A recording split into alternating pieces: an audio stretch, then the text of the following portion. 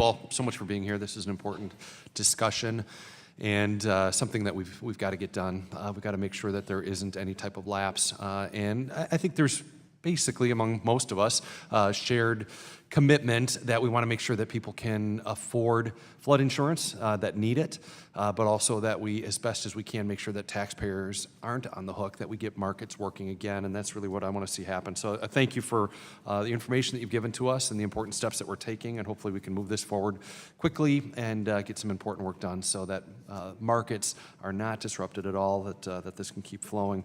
My constituents, my district's just west of Chicago, but many of my constituents live in floodplain areas along the Fox River or in the Lake Country, which is kind of in the northern counties of Illinois. In fact, Illinois has the nation's largest inland system of rivers, lakes, and streams, and 12% of the entire land area in Illinois is mapped as floodplain. What's important, though, for all my constituents, whether they live in a high-risk area or not, is to understand the risks of their own property and also that they're empowered to make responsible decisions of how to manage that risk. I remain eager to hear ideas about how to reform, I think most of us would agree, a broken flood insurance program, $25 billion in debt and growing. It just isn't sustainable. It's irresponsible government, and it's unfair to taxpayers. We also have to make sure, though, that flood insurance remains available to those who need it and choose it to use it responsibly. I want to address my first question to Mr. Ellis, if I may.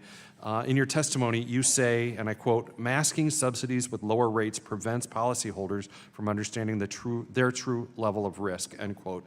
Wonder if you could expand on the moral hazards that subsidies create, and would a change to how this subsidy is delivered help consumers make more informed decisions regarding flood insurance?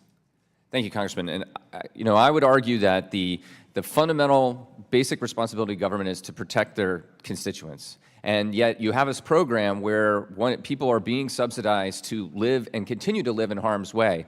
And that's one of the things that bewilders me somewhat in talking about artificially holding down rates rather than doing other things to make flood insurance more affordable. And also, the other thing that I would point out is that the discussion draft that was provided did have a bunch of transparency measures so that we actually have an effective risk communication, that people understand that they're at higher risk, which could incentivize them to mitigate their risk and have a better understanding.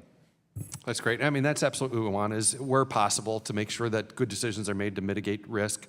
I think it also just drives us crazy when we see these repeat offender properties that so much money is poured into. We've got to continue to figure that out and deal with that. I wonder, Mr. Sachs, if I could jump to you. One of the provisions in the draft legislation, which was also included in Ranking Member Waters' proposal, would prohibit the NFIP from selling new policy coverage to future structures built in today's highest risk areas. By limiting future risk into the NFIP, what effect would this have on the fiscal health of the program? And do you believe that this risk in the private market is this a risk the private market would be willing to take on? First, I'll answer back in reverse order. I believe, yes, the private market would take this risk on, and they've said as much.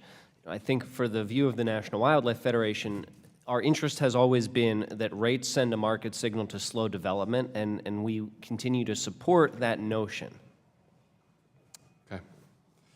I'm going to finish up with Mr. Lehman, if I could, and wonder if you can go into this and maybe open it up to others as well. But one of the most fundamental aspects of the National Flood Insurance Program and for all flood insurance is reliable data and accurate mapping. And it's been one of the, I think, greatest frustrations for many of my constituents and other folks in Illinois is frustration that the maps just don't really reflect the risk.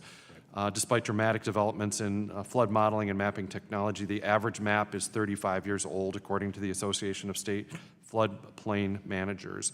How can the entire flood insurance system, private and non-private entities, better utilize the available technology? And then wondered if you could maybe talk a little bit about your views of the value of LiDAR technology, light detection, and ranging technology. Sure, and that's been mentioned by other witnesses before. We know about North Carolina's experience with LiDAR. We think that is a valuable tool. We think FEMA should be required to use it.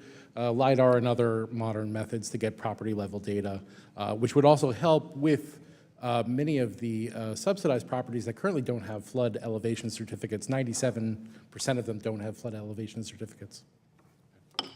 Thank you all so much. I yield back. Time of the gentleman has expired.